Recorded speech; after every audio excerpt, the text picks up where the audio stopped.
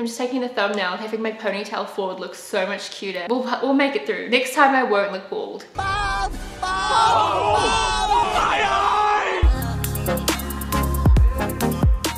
Hello guys, and welcome to the first episode of Sit Down Sundays. I thought I would start this series so we can discuss something that's trending in the community each week, and I'm so excited to do these. I've got so many ideas already. Facetune. Something that's definitely come to light lately is how many influencers overuse Facetune. I have a lot of thoughts about this. So what prompted me to make this video is I've seen a lot of those Instagram accounts that expose influencers. Celebface is one I follow, there's a couple of others, and they post side-by-side comparisons showing the Facetune that people are doing to their images, and a lot of the time it will be like off Getty Images or one of those paparazzi sites, or just like a shoot for a brand, and then they've gone and edited the photo so there's a before and after that people can see.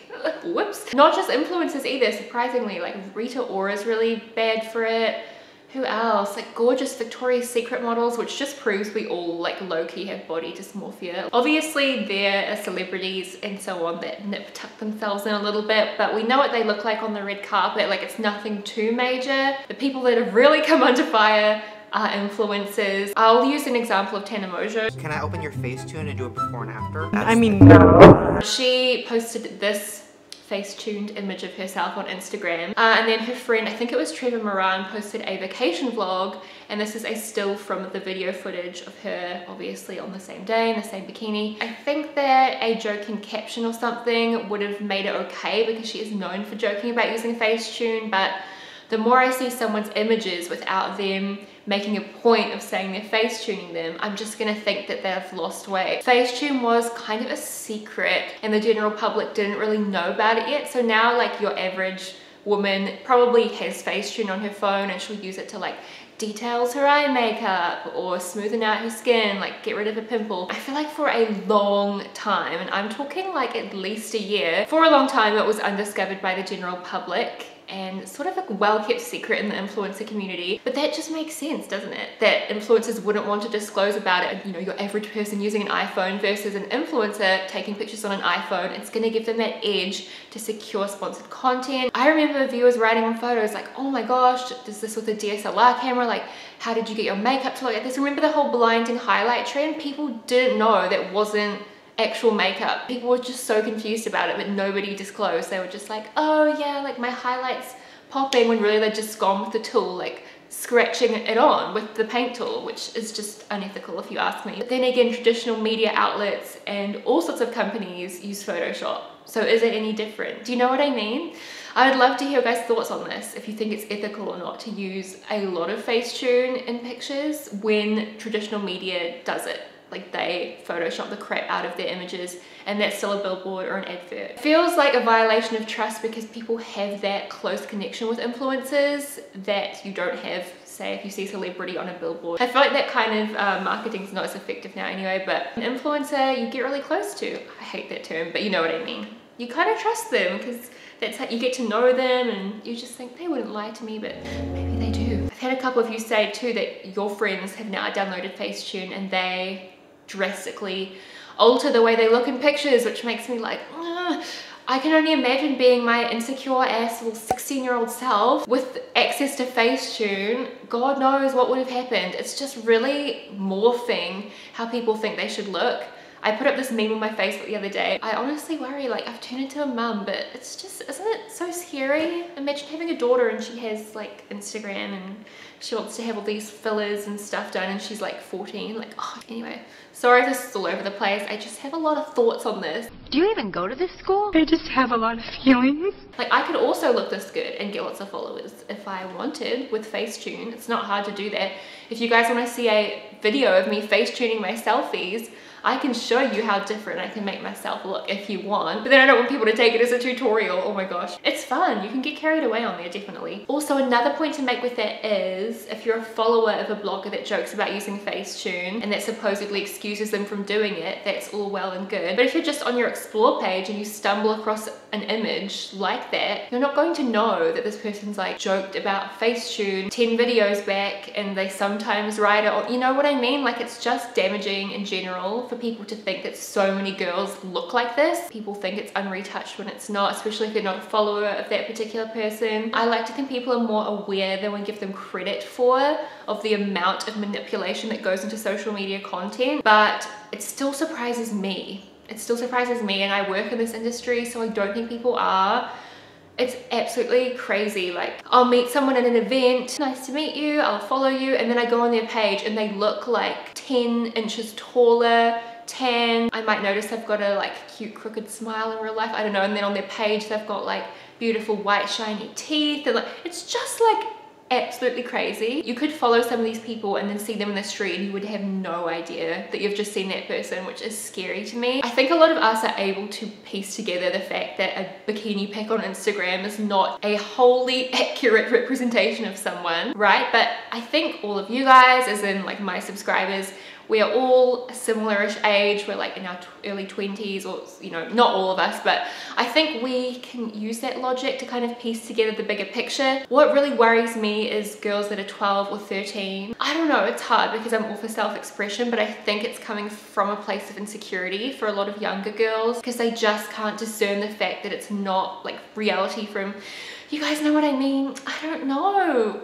Or do you think everyone should just, you know, consumers consume at your own risk kind of thing? Because for many years we've been protecting the youth. There's always something like, oh no, the youth will see this, it's gonna be terrible. So I don't know if I'm being dramatic. I watch a lot of documentary content on YouTube, and I saw a really sad one the other day. It was actually a girl from Australia who got severe anorexia from following, I don't want to bring up the V word like vegan, but I think she followed vegan bloggers and also just a lot of like hot girls in bikinis on Instagram, and she just bet herself up about it and she got really severe anorexia, so bad that she's trying to be like an advocate now to not consume Instagram when you're obviously, I think she was about 15, and that kind of sparked, like, I've just been seeing so much like the celeb face accounts and then stories like that, and I'm like, oh, like I just feel like we need to have a big chat about this. I'm not innocent in this situation. I want to quickly touch on how I've used Facetune in the past and how I'm trying to cut back now. Quickly, I want to talk about what was my downfall in the beauty community.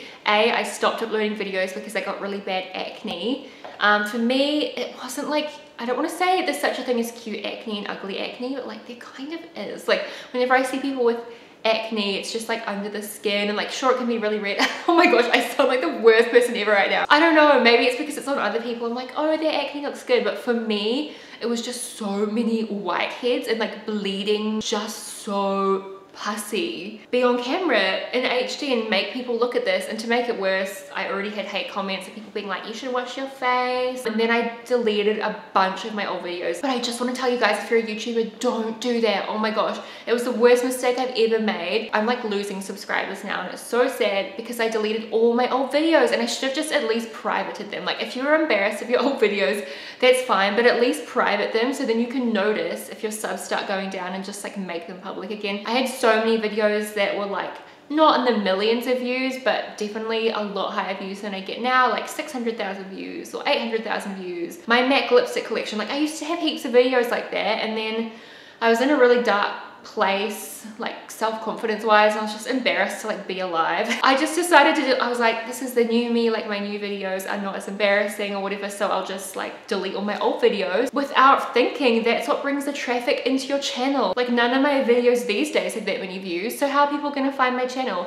And there's a natural ebb and flow of people like unsubscribing and just finding your channel, and I totally threw it off balance. For a while I just thought everyone hated me, but I get nothing but positive comments now, and like you guys love my content, and I try to upload a bit less, so like I don't know if I'm annoying people, and then everyone's like, why aren't you uploading more?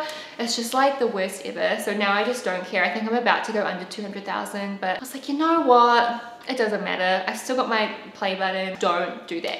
Okay guys, don't do that. It's kind of been liberating in a way because now I'm not so worried about like what people want to see, and I just want to record stuff that I want to record. Like this series I'm so excited to do. So I got all this acne and I would sit on Facetune for hours. I'd patch out I had like scarring, like every pore that was too big. Sure, I might have got kind of comments, but do you think I felt any better sitting there patching my scars and stuff for hours and like correcting myself so that I looked normal? I felt worse about myself. It really had the opposite effect.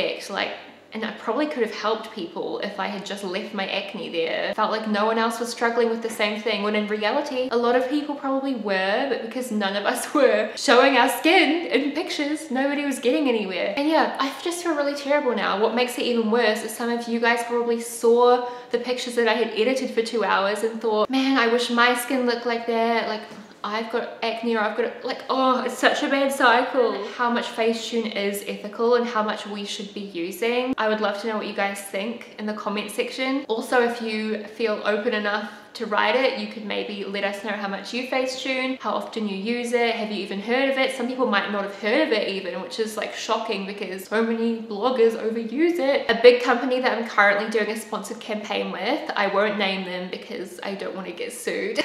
Teeth. They've been amazing because it says in their brief, which I've never seen this before, I don't think, no Facetune. If anything, I feel like brands encourage the use of Facetune and filters, which I get it looks better on their feed, maybe has more sales power, but it's kind of false advertising because these people are supposed to be portrayed as the everyday person. That's why people love like social media influencers. What do you guys think? I don't know if it's okay or not, but anyway, that brand has mad respect from me for doing that, and I hope that more brands do it. In conclusion, I hope to see a shift in the industry. You guys kind of are alive in the midst of it. Don't get me wrong, I love the industry I work in, but there's a lot of BS around. Just take what you see online with a grain of salt. Try to never compare yourself to anyone because 85% of the time they won't look like that. As an influencer, I myself have cut back greatly. It's a like pebble in the ocean, is that even a saying? I don't know, but I for one have pretty much stopped using it. I just use it for more color correction, and sometimes I'll like sharpen my eye makeup or something, but I think that's really as far as we should be taking it in my personal opinion. It's actually scary. Everyone's kind of starting to look the same. Have you noticed, like online? I think it must just be the way they all edit their stuff. I don't know, but it's starting to freak me out a little bit. Mainly, I just want you guys to feel empowered and not compare yourself, because it's easy for me to unpack an image and know that, okay, that's probably taken at 8 AM on an empty stomach with 2 fresh coats of tan, and the photographer's probably lying on the floor to get the shot, and then all the post-production editing and the filters and the Facetune. There just really is so many layers to what goes into a finished image. Someone didn't just wake up and be like, I mean, Sammy Robinson did, but that's about it. I was thinking the other day, who is an absolute savage that's gonna pick take photo? You know, when you like upload a profile picture to somewhere, who the hell would go take photo? Maybe like your dad named Neil, who's like 60. But like, honestly, why have that picture? It must be for old people, right? Old people or Sammy Robinson. But like, isn't that so sad that I'm like horrified at the thought of that? I'm like, oh, take photo. Like, no, I can't just but that's what we look like. This is how distorted we are as a society. Like, I can't just take a photo, choose one that I'm shown in a really good light and I have to edit it. Like, what's wrong with us? Literally, what's wrong with us? I feel like that just highlights everything. Everyone's just so panicked about maintaining this perfect online curated image. I wish I wasn't so much like this, but then I like earn money off it. You know, it is what it is, but I definitely have cut back on Facetuning and that sort of thing. I don't know about you guys, but when I think of my close friends that I love, I don't think about how coherent their Instagram feed is or how nice their highlight looks. Remember them by like their soul and their aura and how they're kind, amazing friends. So why do we put so much pressure on ourselves? That concludes the video. I'm so excited to hear your guys' thoughts on this series, and I'll be online for the next hour, so let's have a discussion in the comments. I'd love to hear what you think about Facetune. And yes, I'll talk to you guys very soon. Bye!